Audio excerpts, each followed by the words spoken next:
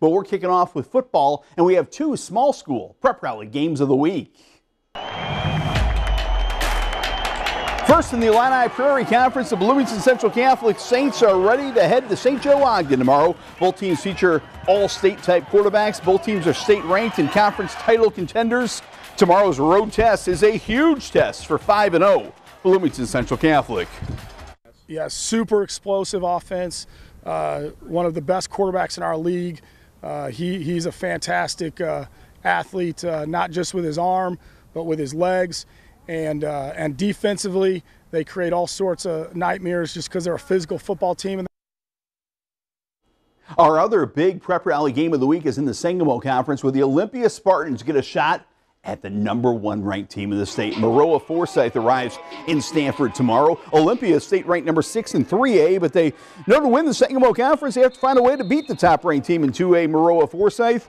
Remarkably, Maroa is the third state-ranked team the Spartans have battled in the past 4 weeks in conference play. Our league is just so good. I feel like every year in the Sangamo, you're going to have 2 or 3 teams that can contend to win a title. And so, you know, I'd like to think that we can compete with the top of the league.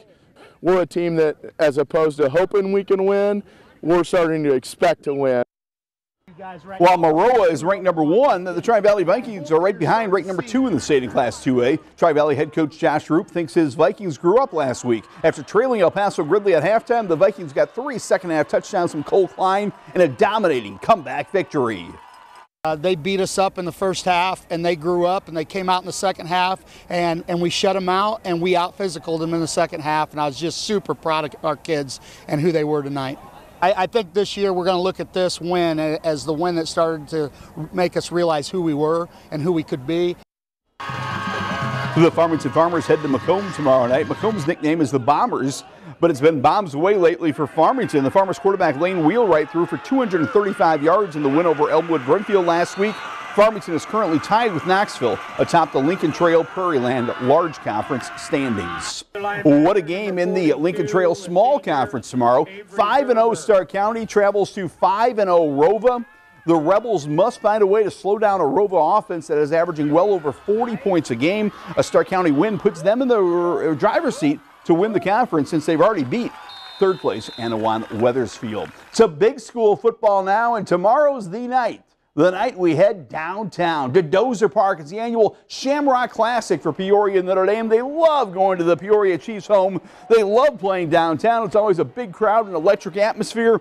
Now, a year ago, Peoria Richwood spoiled the fun with an upset win over PND, but the Irish feel they're a far better team this year. They're excited about the Shamrock Classic tomorrow night at Dozer Park. You know, it's awesome. The environment's always great. Irish Nation always shows out.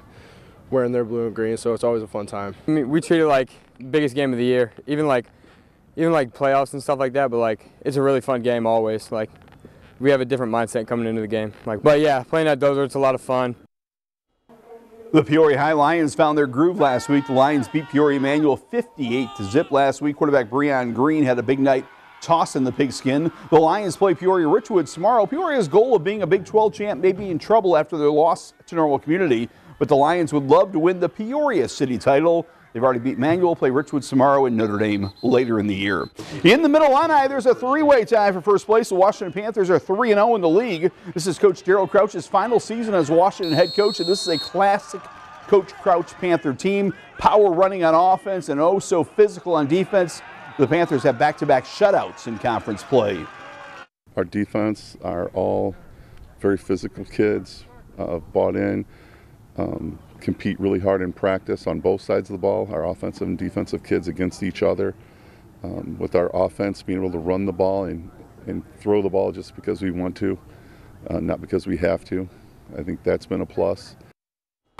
The Morton Potters are also tied for first place in the Middle Illini. The Potters promise to play an attacking defense this year, and so far it's paying off. Siles Stephan, the pick six in the Morton win at Pekin. The Potters celebrate homecoming tomorrow when they host Limestone. The Dunlap Eagles are also in that 3-way tie for the Middle Illini lead. We got a good look at Dunlap's 2-quarterback offense last week. Quarterback Max Sutter right here to Ryan Dietz. Dietz came into the Prep Rally studio a week ago. The next night he was dancing in the end zone with a touchdown right here. So Max Sutter threw that pass. Now Max Sutter lines up as a tight end wide receiver.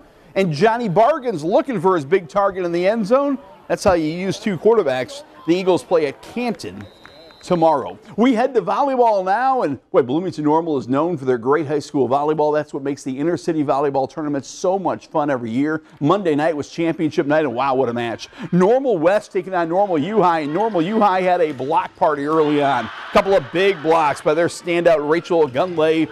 Normal U High jumped on top 8-2 and never looked back in that first set. Normal West trying to rally. Rianne Couples to Avery Feltus for the big hit, and then on the overpass, Olivia Zemer puts it down. Later it is Feltus with the clean swing and kill between the block, but on set point, U-High's Morgan Peddlin to Lainey Snow. U-High wins in 2 to win the Intercity title. It feels good. Like last year we took them to 3 and we still played really well, but they won. So this year to beat them like at their home court, it's really nice. It's a good feeling. Just kind of coming out and commanding the game from the start was important for us, and I thought blocking was kind of critical for us as well.